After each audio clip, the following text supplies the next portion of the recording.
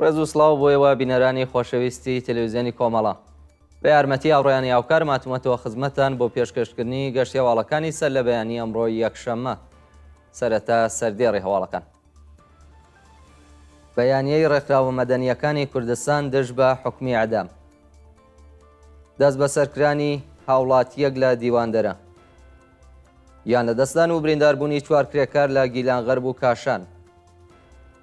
خۆپێشاندانی هەزاران کەسی کوردان لە پاریس و هامبۆرگ. یان بەختکردن و برینداربوونی چوار کەسی مەدەنی لە ڕۆژاوای کوردستان. شەپۆلی دەست بەسەرکردنی هاوڵاتیانی کورد لە باکووری کوردستان. بەیانیەی 68 بەندکراوی سیاسی بۆ ئەدانەکردنی سزای ئەعدام و لە سەرکاردەرکردنی دەیان کرێکار لە معدەنی زێڕی وەرزەقان.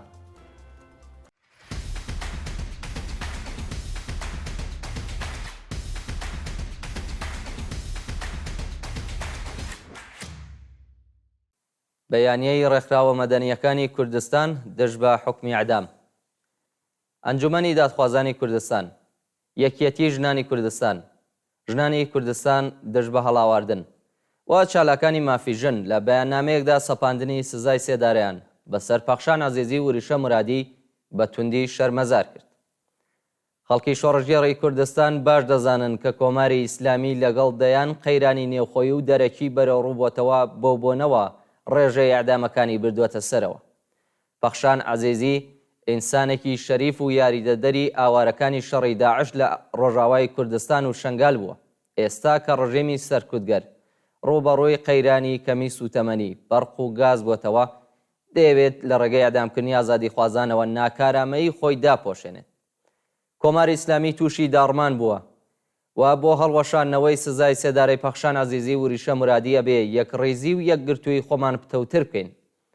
ئەوەش ناکرێت مەگەر لەسەر شەقام.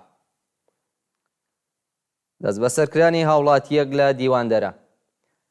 ڕۆژی پێنجشەممە 20 بەفرانبار هاوڵاتیەکی خەڵکی دیواندەرە بە ناوی بێهزاد براخاسی تەمەن 38 ساڵ لەلایەن هێزەکانی ڕژیمەوە دەست بەسەر کرا. بە وتەی سەرچاوەکانی هەواڵ، هێزەکانی ئیدارەی ئیتلاعات بەبێ بەڵگەی قەزایی هێرشیان کردوتە سەر ماڵی بێهزاد براخاسی و ناوبراویان بە تونند و تیژیەوە دەست بەسەر کردووە. لە سێ ڕۆژی ڕابردوودا بە دوواداچوونی بنەماڵەی و شارۆمەندە هیچ کامێکی نەبووە و زانیاریەک لەسەر هۆکاری بەندکران و شوێنی ڕاگیرانی لە بەردەستدانیە. شانی باسە کە لە ماوەی یەکمانگی ڕابردوودا زیاتر لە 70 هاوڵاتی خەڵکی شارە جۆرا و جۆرەکانی کوردستان لەلایەن ناوەندە ئەمنیەتیەکانەوە دەست بەسەر کراون. گیان لەدەستان و برینداربوونی چوار کرێکار لە گیلانغەرب و کاشان. ڕۆژی شەممە 22 بەفرانبار سێ کرێکار لە شارەکانی گیلانغەربی سەر بە پارێزگای کرماشان و کاشان بەهۆی نەبوونی ئیمانی شوێنی کار گیانیان لەدەستدا و کرێکارێک بریندار بوو. بەپێی راپۆرتەکان دوو کرێکاری جۆشکار لە گیلانغەرب بە ناوەکانی بۆرزوو پورزەنگەنە و ئەحەد عیسا پورزەنگەنە لە کاتی کارکردن لەسەر تانکەرێکی سوتەمەنی بەهۆی تەقینەوە گیانیان لەدەستاوە و کرێکارێکی دیکەش بریندار بووە. لەلایەکی دیکەوە کرێکارێک لە شاری کاشان بەهۆی داڕمانی دیوان بەسەریدا بە سەختی بریندار و پاش چەند سەعات بەهۆی قورسی برینەکانی گیانی بەخت کردووە. خۆپێشاندانی هەزاران کەسی کوردان لە پاریس و هامبۆرگ. ڕۆژی شەممە 22 بەفرانبار هەزاران شارۆمەندی کورد خۆیان گەیاندە پاریس و یادی سێژنی شۆڕژگێڕیان بەرز ڕاگرت و لە شاری فڕانکفۆرتی ئاڵمان کوردان دژ بە هێرشەکانی تورکیا بۆ سەر ڕۆژاوای کوردستان خۆپێشاندانیان کرد. هاوکات لەگەڵ ساڕۆژی ترۆرکردنی سێژنە تێکۆشەری کورد لە فەڕەنسا، هەزاران شارۆمەندی کوردی دانیشتووی وڵاتانی ئەوروپایی خۆیان گەیاندە شاری پاریس و بەڕێپێوان ڕێزیان لە یادی هەموو گیانبەختکردوانی ڕێگای ئازادی گرت. بەشداربوانی ئەو چالاکیە داوایان لە کۆمەڵگای جیهانی کرد ڕێگە لە کۆمەڵکوژی کوردانی ڕۆژاوای کوردستان لەلایەن دەوڵەتی فاشیستی تورکیاوە بگرن. لە شاری فڕانکفۆرتی ئاڵمان کوردانی ئازادی خواست دژ بە هێرشەکانی تورکیا بۆ سەر ڕۆژاوای کوردستان خۆپێشاندانیان کرد و خوازیاری ڕاگررتنی هێرشەکان و پاڵپشتی لە هێزەکانی سووریای دموکراتیک بوون. یان بەختکردن و برینداربوونی چوار کەسی مەدەنی لە ڕۆژاوای کوردستان. ڕۆژی شەممە ئەرتەشی تورکیا و جیهادیەکانی سەر بە وڵاتە هێرشیان کردە سەر گوندەکانی دەوروبەری کۆبانی و منبج و بۆ هۆیەوە دوو کەسی مەدەنی گیانیان لەدەستا و دوو منداڵ بریندار بوون. وتەبێژی هێزەکانی سووریای دموکراتیک لەو بارەوە ڕایگەیاندووە کە هەموو هێرشەکانی دەوڵەتی تورکیا و گروپە تێرۆریستەکانی سەر بە وڵاتە بۆ سەربەنداوی تشرین و گوندەکانی منبت شکستی هێناوە و تێرۆریستان زیانی گەورەیان بەرکەوتووە. بە پێی زانیاریەکان دەیان چەکداری سەر بە تورکیا کوژرا و بریندار بوون، هەروەها لە ئەنجامی بردومانی پابادەکانی تورکیا ژن و پیاوێک گیانیان لەدەستاوە و دوو منداڵی تەمەن 12 و 16 ساڵ بریندار بوون. شانی باسە کە بەهۆی بردومانی وێزگەی کارەبای دێرک بەڕقی دانیشتوانی ئەو شارە و گوندەکانی بڕاوە.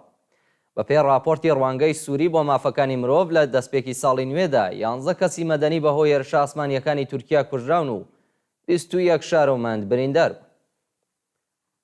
شەپۆلی دەست بەسەرکردنی هاوڵاتیانی کورد لە باکووری کوردستان ڕۆژی شەممە پۆلیس و دەستگای ئەمنیەتی تورکیا لە ئۆپراسیۆنێکدا 147 شارۆمەندی کوردیان دەست بەسەر کردووە. بە وتەی چالاکانی سیاسی باکووری کوردستان دەوڵەتی فاشیستی تورکیا لەلایەکەوە باز لە ئاشتی واگربەست دەکات و لەلایەکی دیکەوە هێرش دەکاتە سەر شارەوانیەکانی باکووری کوردستان و شارەکانی ڕۆژاوای کوردستان بردومان دەکات. هەروەها لە عملیاتی پۆلیس و هێزەکانی ئەمنی لە 41 ئۆستانیە وڵاتە 147 شارۆمەندی کورد بە بیانووی هاوکاری لەگەڵ گروپی تێرۆریستی دەست بەسەر کراوە. بەیانیەی 68 بەندکراوی سیاسی بۆ ئیدانەکردنی سزای ئەعدام. ڕۆژی شەمە 22 بەفرامبەر 68 بەندکراوی سیاسی لە چەند زیندانیێران لە بەیاننامەیەکدا خوازیاری هەڵوەشاندنەوەی سزای سێدارە و ئازادی هەموو بەندکراوانی سیاسی بوون. لە بەشێکی ئەو بەیاننامەیەدا هاتووە ڕۆژێمی کۆنەپەرستی کۆماری ئیسلامی لە نێوخۆ و دەرەوەی وڵات ڕۆبەڕۆی دەیان قەیران بۆتەوە و بۆ ڕێگریکردن لەسەر هەڵدانی خەڵک سەرکوتگەریەکانی زۆرتر کردووە. لە ماوەی 1 ساڵی ڕابردوودا زیاتر لە 1000 بەندکراوی لە سێدارە داوە، واتە 75% ئەعدامەکانی جیهان لە ئێران ئەنجام درراوە. لە تازەترین کردەوەی نایاساییدا حکمی ئەعدامی پەخشان عەزیزی، بێهروز ئیحسانی و مێهدی حەسەنی لە دیوانی باڵای وڵات پشتڕاست کراوەتەوە.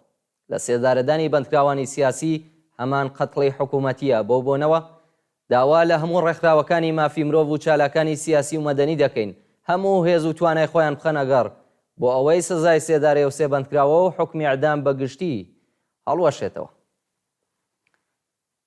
لەسەر کار دەرکردنی دەیان کرێکار لە معدەنی زێڕی وەرزەقان. بە پێی راپۆرتی ڕێکخراوە کرێکاریەکان خاوەنکاری چینی معدەنی زێڕی وەرزەقان دەیان کرێکاری لەسەر کار دەرکردووە. بەوتەی کرێکاران خاوەنکاری چینی شرکەت 50 بۆ 60 کرێکاری بە 8 بۆ 10 ساڵ پێشینەی کاریەوە بە بیانووی بەدواداچوون بۆ داخوازیەکانیان لەسەر کار دەرکردووە. دەرکردنی ئەو کرێکارانە لە حاڵێکدایە کە معدەنی زێڕی وەرزەقان 175,000 تۆن زەرفەتی بەرهەمهێنانی زێڕی هەیە، بەڵام دانیشتوانی ناوچەی وەرزەقان لە داهاتەکەی هیچ سوودێکیان نەبینیوە. برینداربوونی سێ خوێندکار لە زانکۆی سەنعەتی ئیسفەهان. بەیانی ڕۆژی شەمە 22 بەفرامبەر سێ خوێندکاری زانکۆی سەنعەتی ئیسفەهان بەهۆی ئاگرکەوتنەوە لە ساڵۆنی خوێندنی خوابگا بریندار بوون. بە وتەی ئۆرژانسی ئیسفەهان دوو خوێندکار بەهۆی هەڵمژینی گازی مۆنۆکسیدی کەربۆن ژاراوی و ڕەوانەی نەخۆشخانە کراونەوە. خوێندکارێکی دیکە لاقی بریندار و لە نەخۆشخانە بەستەری کراوە. شانی باسە کە هێشتا هۆکاری ئاگرکەوتنەوە لەو ساڵۆنە ڕوون نەکراوەتەوە. خۆپێشاندانی دژبەرانی شەڕ لە وڵاتی لاهستان. ڕۆژی شەممە دژبەرانی شەڕ لە وڵاتی لاهستان دژبە ژەنۆسایدی خەڵکی غەزە لەلایەن ئیسرائیلەوە خۆپێشاندانیان کرد.